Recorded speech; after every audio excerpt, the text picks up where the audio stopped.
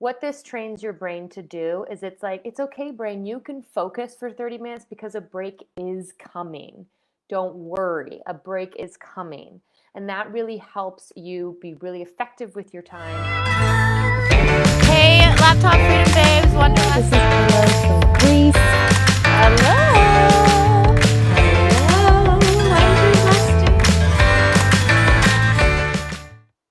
Hello. Today's free training. I'm so excited about it. You know what's really funny is that I do these free trainings every Wednesday at 5 p.m. Pacific and 8 p.m. Eastern, regardless of if I've showered or not.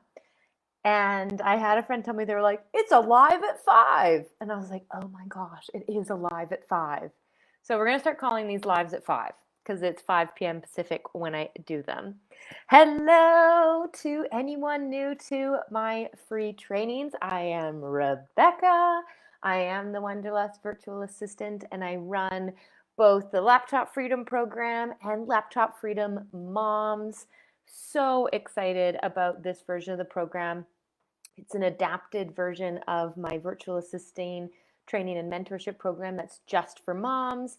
And we have a mom mentor come in, and it is amazing. So it's open for enrollment for the next 2 weeks, and then I close it, and we already have some women in it, and it's really, really exciting. So I would love to hear where you're watching from. And please know that if you put comments in, they eventually show up on my end, and I do respond to them.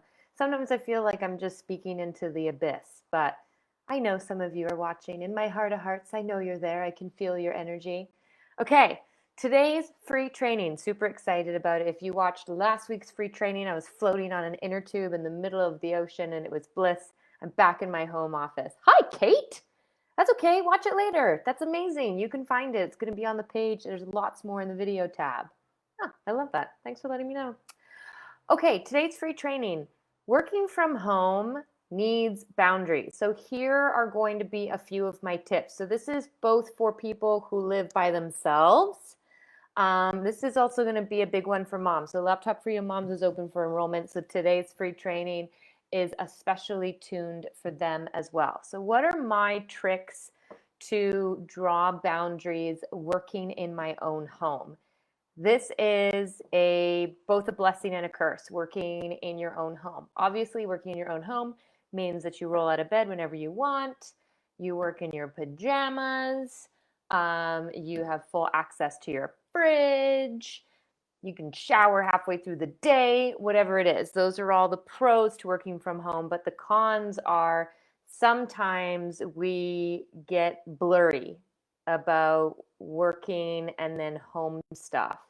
So my biggest obstacle working from home is that I can see all the household stuff that I need to do. I can literally see it while I'm working. It's like, oh, I need to hang that picture. Oh, I need to fix that door. Oh, I need to, clean the bathroom or whatever it is. So those are the kind of distractions that make working from home a bit of a curse, but luckily I have lots of tips to support you. So I'm going to start off, I'm going to break this lesson up into 2 sections. Tips are like for you.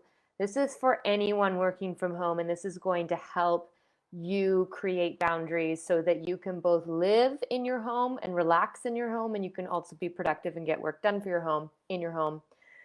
The second half of this training is going to be getting roommates, partners, kids, family on board with your whole working from home thing. So diving right in, let me know if you resonate with any of these, put it in the comments, ask any questions as well. Let me know if you already do some of these or if you have any tips that you want to contribute in the comments and the other sisters in the group can see them. Okay, tip number 1 for you. Keep your work zone the same. So the common, I don't want to call it a mistake, the common thing that people do when they work from home is they're like, sweet, and they open up their laptop and they're sitting on the couch. They open up their laptop and they move it over to the dining room. Now they're in the computer room. Oh, now they're working out of their bedroom. And they're really like actually confusing the uses of each room, which has like a energetic response for our body. So for example, I never, ever, ever, never say never, I try to never, ever work out of my bedroom.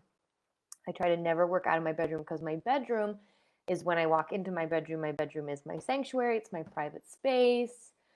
It's where I sleep. It's where I wake up in the morning and I can just like not do work right away. I can just like read or chill out or whatever. So keep your work zone the same, whether that's like a spare room, whether that is a, table, or maybe like, everyone lives in different housing situations. It might be like one half of your dining table. And it's just like that's where you work. And when you sit down there, you're working. And when you sit somewhere else, you're relaxing. And it's okay. You don't have to be working when you're sitting on your couch watching a movie. And I used to do this. I used to just work anywhere and everywhere in my house. And I had a hard time turning my work day off. I would go to sit down and watch a movie and I would like just pull my laptop out because I would just kind of be in this. There would be no finite finish lines and boundaries between when I worked and when I stopped working, and it really helps with physical location. So that's the first one. Keep your work zone consistently the same place. The second tip is Pomodoro Technique. So I've talked about the Pomodoro Technique. You can find it even on my Instagram. Look up the Pomodoro Technique. Pomodoro is tomato. I don't know why it got that name, but consider it like the HIIT workout of your work. So it's like sit down, crank out 30 minutes of work, and then take a 5-minute break. And then you sit down, crank out 30 minutes of work, and you take another 5-minute break. What this trains your brain to do is it's like, it's okay, brain, you can focus for 30 minutes because a break is coming. Don't worry, a break is coming. And that really helps you be really effective with your time, and it helps you kind of hunker down even though you might be surrounded by household distractions. It's like, okay, it's okay. These distractions aren't going to go anywhere for the next 30 minutes. I will take a break so I can focus on that. So Google the Pomodoro Technique. It's a really, really fun one. It's like a HIIT workout for your job. Okay, third one. Add your household chores to your to-do list.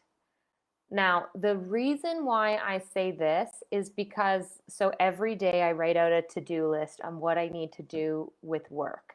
And I do that so that I'm super effective with my time, and I focus on one task at a time. Multitasking, the latest juicy piece of information that I've learned is that multitasking is an ineffective way to do more than one thing.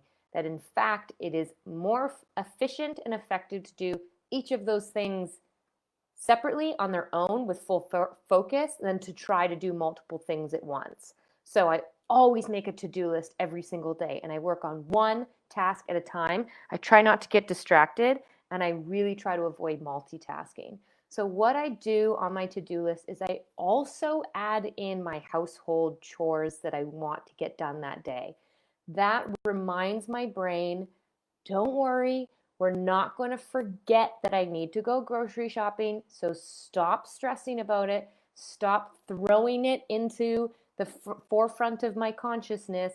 It's on the to-do list. I will handle it. I'm going to handle grocery shopping after I answer my emails, after I work on my client's email marketing campaign, and after I build a funnel. I will then go grocery shopping. And so because my household chores are on my to-do list, I can forget about remembering them, if that made sense. It's like, it's okay, mind, it's on my list. You can stop bothering me to remember to do it. So that's really helped with balancing the household distractions that you might be surrounded by. It's like, it's okay, I've committed to doing 2 today. I'm going to hang the picture and I'm going to grocery shop, and it's on my to-do list so that I don't forget to do it, but I also have to do my work.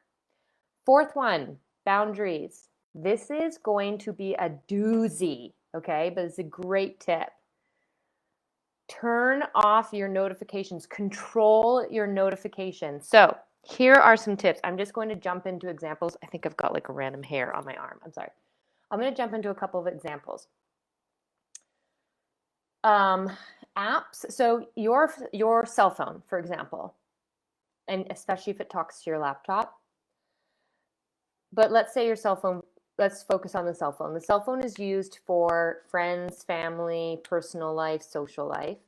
And it can also be extremely helpful in unlocking your independence as a virtual assistant, right? That you can literally do work from your phone on the go, which is awesome.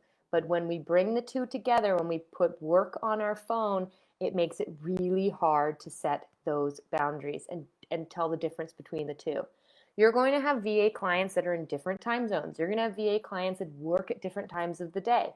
You might have a VA client that starts sending you emails or Voxers at 7 at night. And you're like, no, I'm not working at 7 at night. So here are 2 tips. If you have apps on your phone that are to make working on the go easier, stick them over on like the last pages, the last home pages. You know, when you like swipe, like you Tinder swipe across your home page to get the other ones, put them at the back ones and turn the notifications off so that you're not getting dings, notifications, and you can't tell the difference between when it's your kids texting you or when it's your client sending you an email. Separate them.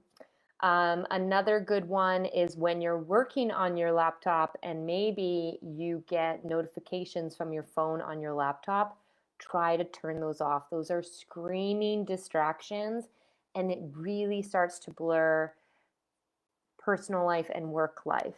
And what we really strive for as virtual assistants is independence. And so we don't want work chasing us around and following us and always in our pockets. We want to kind of draw these boundaries.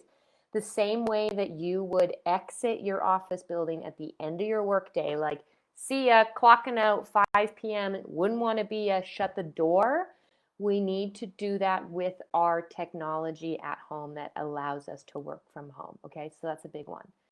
Those are the 4 that are in the first section. These are for you. These are for you. So regardless of who's in your home or who's not in your home, who's in your world or who's in your hotel room or your hostel or whatever it is, wherever you're working from.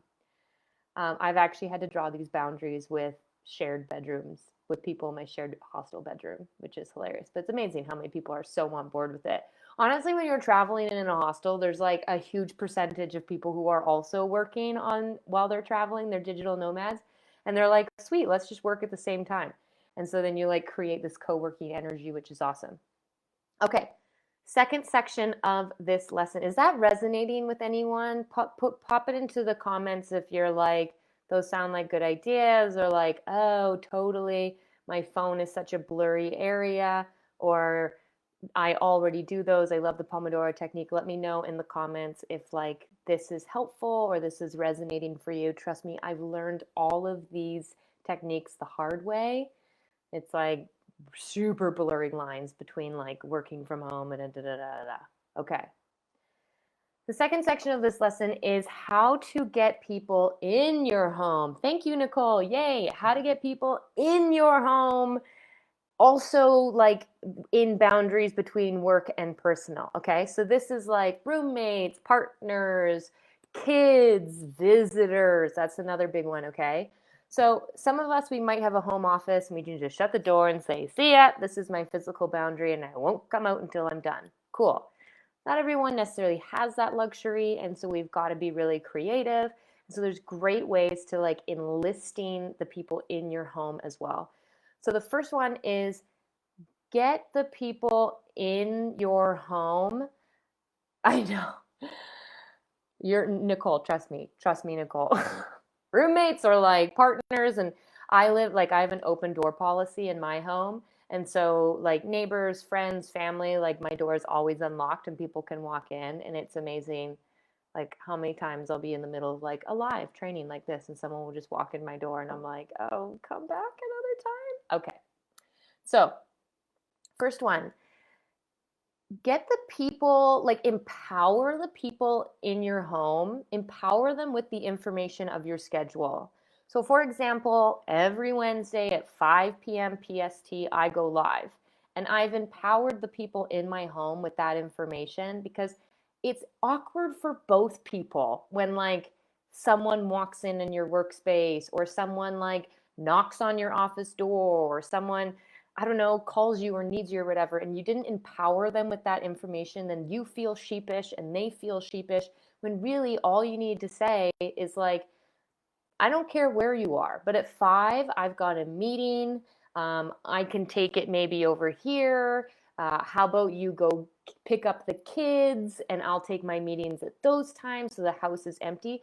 Really like be open and honest about your schedule and empower them with that information. You're not taking over. You're not like, let's shape our entire lives around me. That's not the case. You're a virtual assistant. You have a flexible schedule. And so what you're doing is you're communicating this with them and you're empowering them to be like, oh, hey, you know what? Like, I actually was going to have friends over for a dinner party and I know that you work at night. Like, what is the solution?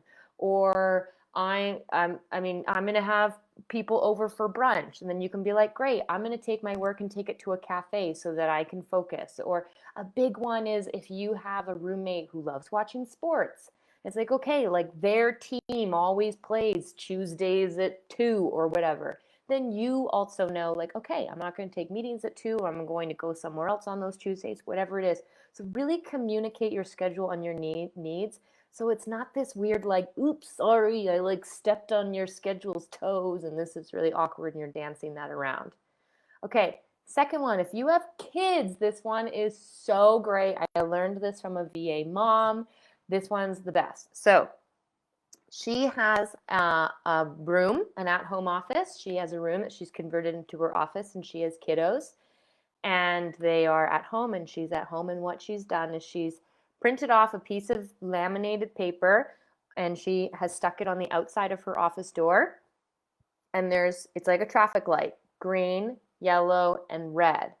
And when she's in a meeting that her kids cannot walk in on, she puts a little like magnet sticky on the red one. When she is working, but wants to keep her focus and should probably really only be interrupted for like short amount of times or really important things, she puts the token on the yellow light. And the green one is like, open door, come on in anytime, babes, you're good to go. What we need to do is we need to empower our kids in knowing that boundaries are okay. Mom can still work. She can be here for you. Mom's also allowed to have a 1-hour meeting and you not interrupt her. And like creating those, empowering them with those tools and those boundaries, and giving them that really empowering knowledge. They can see the tokens on the red dot on the sign outside their door and they can think, oh, I know what to do. Mom is in, a meeting, or however you've explained it to your kids of whatever age they are. And I can't interrupt her right now. And I can wait and she'll let me know when that's over. And so it's a really great way to communicate with kids or family or whatever. Maybe you are one of those VAs, you're like, sure, I'm having a day that like you can interrupt me, you can walk over, all this kind of stuff. But when I have a call, I'm just going to like hang something on the door, somehow communicate it so that people know not to interrupt you for the next little bit. So that's a really, really great tip that I've loved. And I bet a lot of you moms working from home for like pandemic reasons or whatever are probably like, oh, that's such a good idea. Like kids aren't necessarily used to their parents suddenly working from home, but what they are used to is that when their parents are home, they get their undivided attention. That's what they know. And it's not their fault that they don't know anything different. So there's always this kind of enlisting phase where they get to be given the tools and the knowledge of sort of other options that are out there, and then really fun, cute ways of communicating it with them, like a little traffic light on the door of like when they can come in. I have so many meetings with moms and it's like so cute. I'm just thinking of one I had the other day, and she was in her office, and I guess like the little token must have been on the yellow one because I don't mind if kids come into any meetings that I'm holding. And there was this like little quiet knock on the door. Like I could barely hear it. And she's like, yes, like, what do you need? And the cutest little boy like walked into her office and he just needed her to like open a jar. And she opened a jar and then he left. And it was like perfect, right? Like he knew what yellow meant. Yellow meant like if he needed her, she's available. But, not necessarily sit on her lap or fully interrupt her or anything like that, although he would have totally been welcome to do that for me. Okay, last one. Last boundary. Take into consideration, like VAs we have the ability, we have the gift to have a flexible schedule, okay? So take into consideration common, recurring family activities, all this kind of stuff. If your kids go to school at a certain time or soccer practice or they have piano lessons at a certain time or whatever it is, or like I said, your partner watches sports at a certain time, like literally take those into consideration when it comes to designing your schedule. So there might be days of the week where you're like, I'm not going to take meetings on those days because those days are like a shit show. That's when there's piano lessons and doctor's appointments and soccer practice and hula hoop recital and whatever those things are. Then just don't like force things that aren't necessary. You are gifted with a flexible schedule. So having a set schedule really helps you kind of stay on task, but embrace the fact that it's also has the ability to be flexible. So you've got recurring activities that you need to happen, or maybe you start to even schedule those recurring activities. For example, I know I have to grocery shop. If I don't grocery shop, I run out of food. If I run out of food, I starve to death. I know I need to grocery shop. So actually, I kind of grocery shop around the same time on the same day. And it's just like, that's what I'm going to do. And then I can really schedule my work around those things. And so now that you work from home, you have to incorporate it into your work schedule. And then that's where they start to harmonize. I hope that makes sense. And Nicole, I love that you're going to implement that. Is awesome. It's harmonizing the two because they can be in harmony. And it doesn't have to be, I'm going to go to a sterile office with no windows, and at the end of the day I'm going to shut the door and I'm going to be in rush hour with everyone else, and then I'm going to try to grocery shop while everyone else is grocery shopping, and Costco is just a zoo on the weekends, but that's the only time I can go. It's going to take a while to like get used to the crazy flexibility that you have as a VA, and structure is important. But like, let's start to say, yeah, I've got these personal household things that I also need to accomplish, and I've got work that I need to accomplish, and how can we harmonize those two together? So those are my last tips. So let me just kind of recap them really quickly. First one, keep your work zone the same, consistently the same, so you have a physical boundary set. Second one, Pomodoro Technique. If you don't know what it is, look it up. It's a tomato, and it's like a HIIT workout for work. Third, add household chores to your daily to-do list so that you're not literally sitting in a reminder, which is your home. You're not sitting in a reminder of all the household stuff you have to do. It's like, today I literally put unload dishwasher on my to-do list because I couldn't stop my brain from constantly reminding me that I needed to unload the dishwasher. And like, that stuff can wait. So I was like, brain, stop bugging me. I'm writing it on my to-do list. I'll get to it. And I did unload the dishwasher.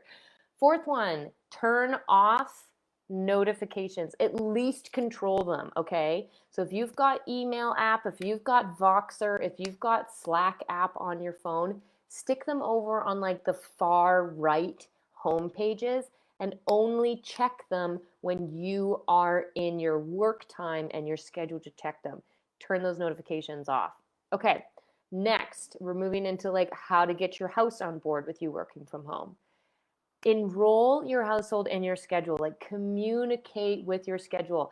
Ask what the other people in your house, their schedule is. So you stop butting heads. You stop sheepishly walking into each other. You stop feeling rude. You stop feeling miscommunicated with when you're housemates or whoever else is living in your kids or your partner or whatever, okay? Communicate it. Talk to them about it.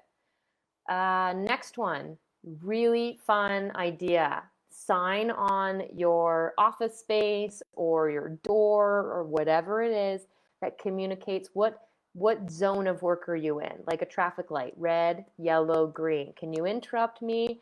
Should you only interrupt me if totally necessary? Or can you totally not interrupt me? It's not okay to interrupt me for the next little bit. And the last one, it's time to truly harmonize. Take into consideration the stuff you do need to get done in your home and schedule your work around it. We're gifted with that flexibility. We want to be able to like grocery shop in the afternoon when it's not fucking crazy to grocery shop. And so it's okay to grocery shop in the afternoon and work later. So really start to sit down, look at your personal schedule and your work schedule and start to like harmonize them and see what you could do, and that will really, really empower you.